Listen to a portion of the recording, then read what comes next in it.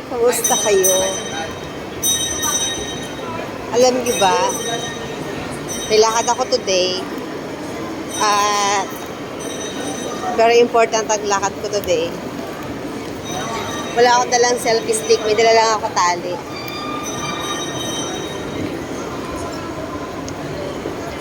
So, meron akong pupuntahan ngayon. Dami kong dala-dala, oh. Mamaya malalaman nyo kung saan ako pupunta. This is ito talaga. Tingnan nyo yung aking tali.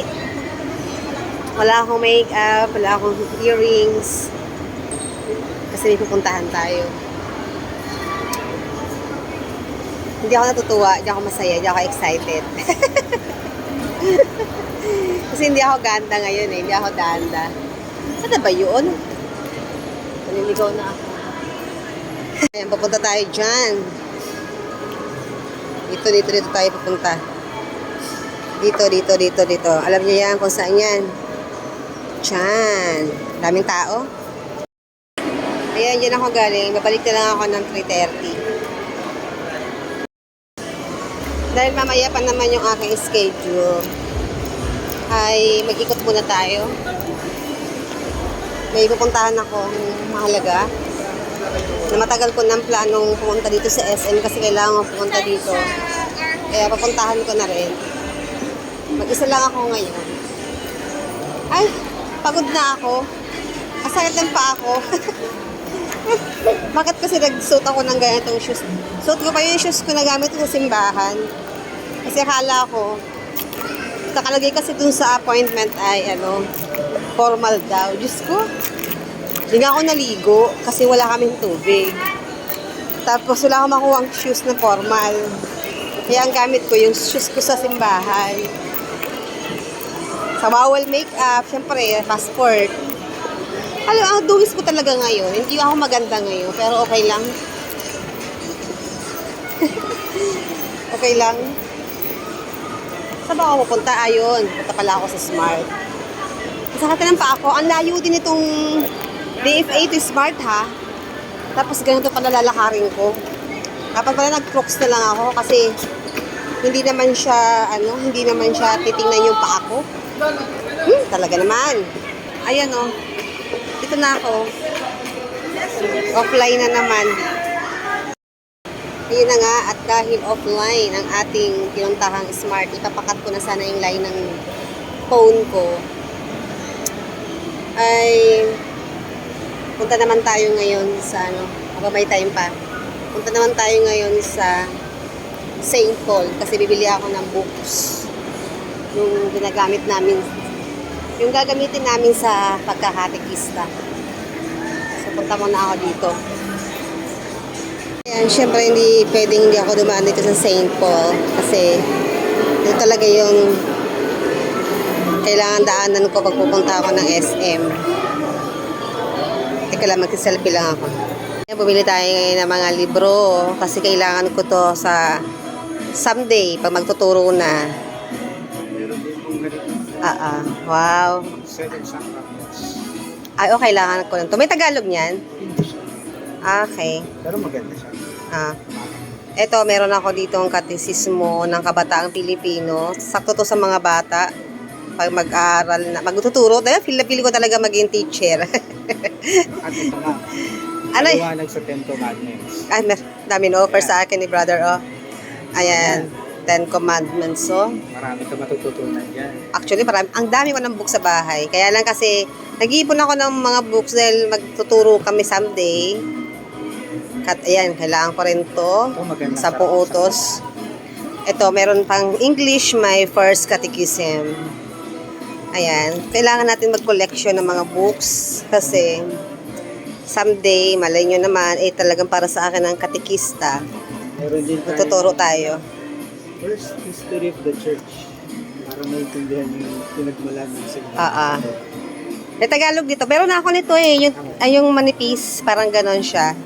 Huwag na muna ito kasi marami na akong libro niyan. Yung ang simbahan, ang tinatag ni Cristo, meron ako noon. Tagalog yun, saka English. So yan ang binili ko ngayon. May merienda muna tayo kasi maya pa yung aking appointment ng 3:30 pa ako aakit sa taas. So, magka-quarter to 3 pa lang. May merienda muna tayo ng bibingka. With coffee. Mommy want sugar? Sige. Ayan.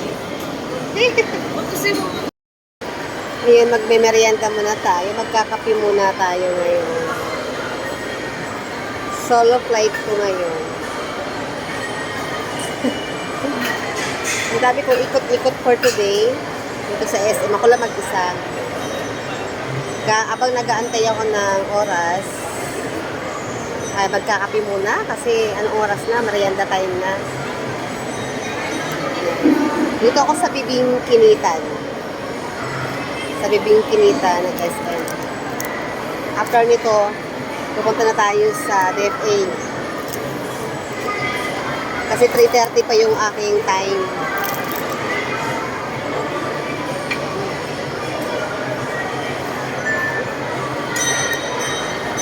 Sarap.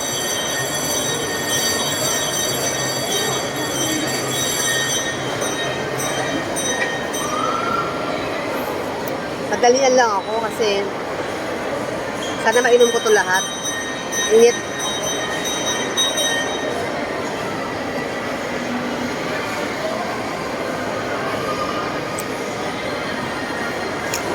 Dark coffee. Hindi na ako nag-cream.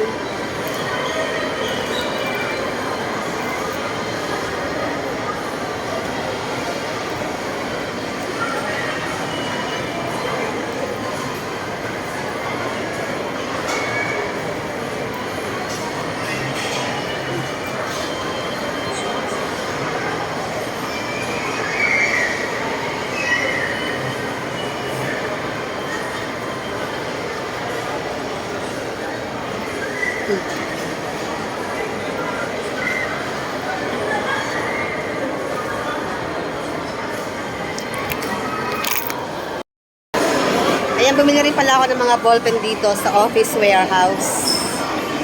Naubusan ako ng mga ballpen. Tapos na akong kumain.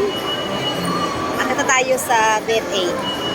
Punta na tayo sa DFA for 4 o'clock. 3:30 daw ay nandito na dapat. So, medyo inagahan natin kasi baka so, ang dami ng tao.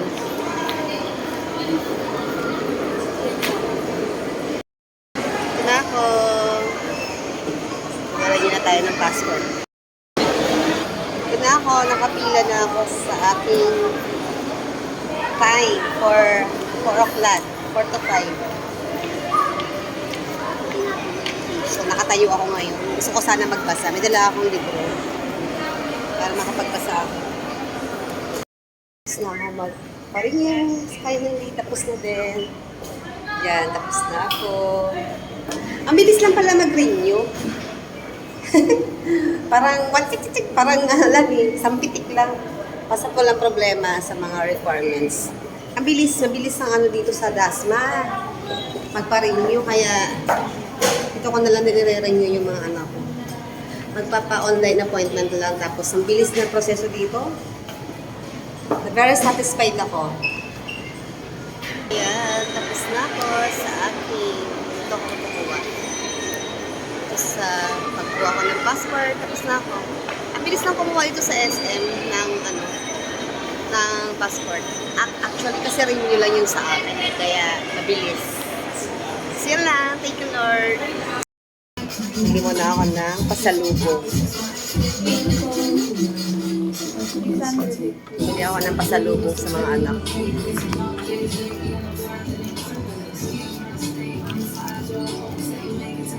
Ayan, hindi ko alam kung ano yung pasalubong ko sa kanila. Kaya, binili ko lang sila ng tag-isang damit. Dito. Dati laruan lang ang pinapasalubong ko sa kanila.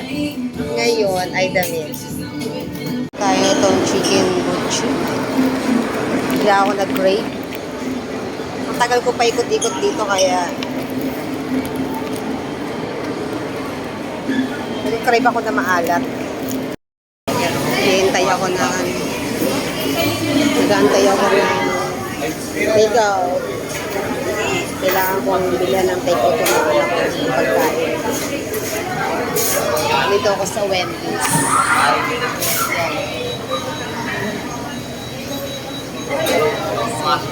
Favorite nila yung cheeseburger.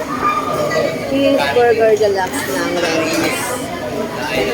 Nandito na ako sa SM, kaya kailangan ko na silang bilhan. Yun ang pasalubong ko sa kanila.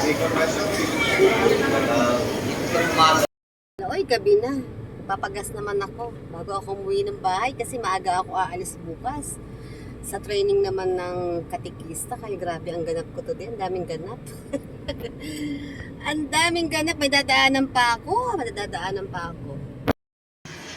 Ito yung aking last destination for today. Didaanan ko yung bra. Kaya lang hindi pa pala siya na-process.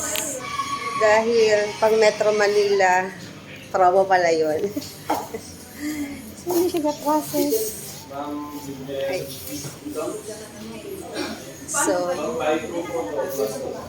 So yun lang, aking last destination. Let's go na, babush. Yun lang ang aking kaganapan for today's ganap na napakadaming kaganapan, napaka-productive ang aming araw ngayon. So let's go na, uwi na ako. Dami ko ng ganap for today. So thanks for watching! God bless you! Bye-bye, Meryl. Love, see you. Bye-bye!